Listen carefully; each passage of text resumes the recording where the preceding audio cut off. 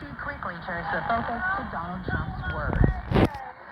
Someone who vilifies immigrants, who promotes xenophobia, someone who stokes hate, should never again have the chance to stand behind a microphone on the seal of the President of the United States. Harris has become more present at rallies like these on the campaign trail after President Joe Biden's stumbling performance in the June debate with former President Donald Trump. We beat Trump once, and we're going to beat him again. Period.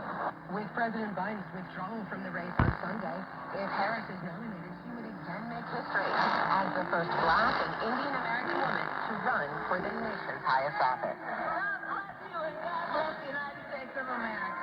Carolyn Krasinski, VOA News. Well, there was also a political element to all of this.